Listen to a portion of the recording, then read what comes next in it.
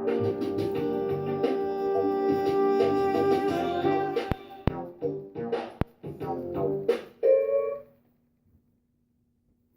right, good morning, everyone. Welcome back to the Pratt Pack Gym. You know, your Pratt Pack is on the move 24/7, and sometimes it goes from Monday to Friday like that.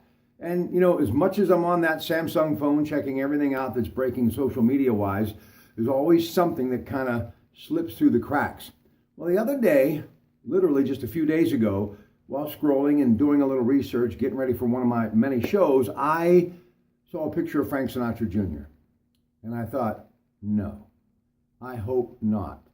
And yes, it has turned out that I have learned recently that truly one of my all-time favorites, of course, you know the love that I have and respect for that great Sinatra family, not just Frank Jr., their amazing father, but his, yes, older sisters, Nancy and Tina.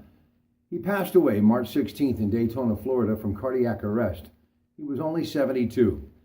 But Frank Sinatra Jr., who my parents saw one New Year's Eve many years ago at Mountaineer Racetrack and Casino, I believe deserves more than just a headline.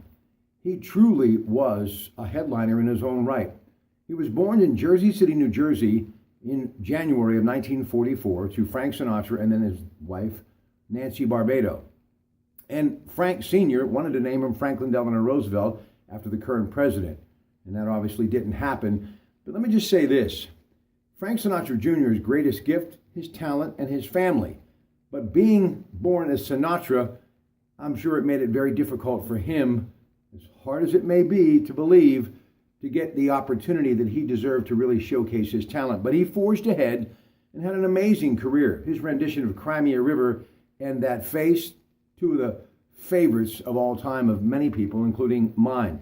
Singer, songwriter, conductor, it wasn't nothing that he couldn't do.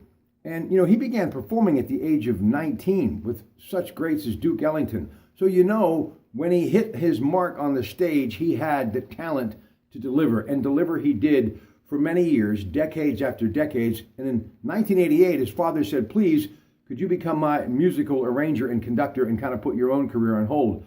He did. And listen, when you have a father of the significance of Frank Sr., it's not all easy all the time. You know, his father making films and on the road performing and just being Frank Sinatra Sr., making a good living and taking care of his families, but there was many times that he just wasn't around. But the thing that I've always loved about the Sinatra group, these children who have become amazing adults, never ever said anything but wonderful things about their father. And it's kind of strange. I've often made the comparisons of Frank Sr. and my dad, born to the same era, really cut from the same cloth. My dad, not a performer, but worked just as hard. And my dad, who got up long before the sun came up, was in bed usually right after dinner. So we saw him for an hour, maybe Monday through Friday a day. And then on the weekends, you would see him a little bit more. My dad, too, was busy raising his 6 kids, and we never blamed him for that. And that's why I've always had this special connection with the Sinatra family. And I feel really heartbroken that Frank Sinatra Jr. has died at such a young age. But I look back at his career, whether it was the Smothers Brothers show or the Replacement show in the summer for the Dean Martin show that he and his sister Nancy hosted, I just always remember them being a part of my life, the Sinatra family. And he went on to have roles in The Sopranos, Family Guy, did a lot. But this is one of those intricate stories that I wanted to share with you before we get going and again pay our final respects and thoughts and prayers to the Sinatra family for the loss of Frank Sinatra Jr. He was never officially a junior, but he just kind of got that tag, right? Well, I am a junior. I'm an official junior, and I must tell you, I was always honored to be named after my father because I always thought that was a tribute and really an opportunity that only a few get. Well, Frank Sr. loved his son as his mother Nancy did so much that they gave him that name. And that name obviously carries a lot of weight. And sometimes when you're out there in the spotlight, things happen that you don't want to. In 1963, he was kidnapped, Frank Sinatra Jr. You may remember the story. Days later, his father gave the kidnappers $240,000 in ransom. They were eventually caught. Frank Sinatra Jr. was released, and he was unharmed and okay. But one of the things that I just found out that was kind of fascinating, and this is what you call a parent's love for their children and how in turn when those final days or hours come, how those children, because of years of dedication and love from the parent, they pay it back to them. Frank Sinatra Sr. was always afraid that he wouldn't have enough change because the kidnappers wanted to talk to him via payphone. So even after Frank Sinatra Jr. was released and he turned out to be okay, Frank Sinatra Sr. always carried extra dimes in his pocket. Always. And when he died, his children put dimes in his pocket. That's full circle, and that's what love is all about.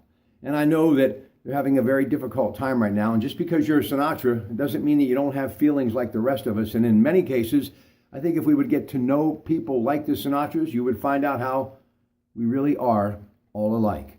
So I will miss this talented man who, his talent, second to none. He was an incredible vocalist too, and a stylist. And he gave a lot of us the opportunity to understand what that era was about long after that era was fashionable, meaning big bands. And that standalone singer under that pin spotlight doing what they do with the big orchestra behind them. Frank Sinatra Jr. did it as good, if not better, than anyone else. So on this Friday, as I get ready to head off to another day of work, I want to tip my hat to the Sinatra family and say goodbye to Frank Sinatra Jr., who will always be a part, not just of my music library, but my mind, because he always made me realize what the arts were all about, and he always left me feeling good with a smile on my face. So I think that's how we should end it right now. Thank you, Frank Sinatra Jr., for helping me smile.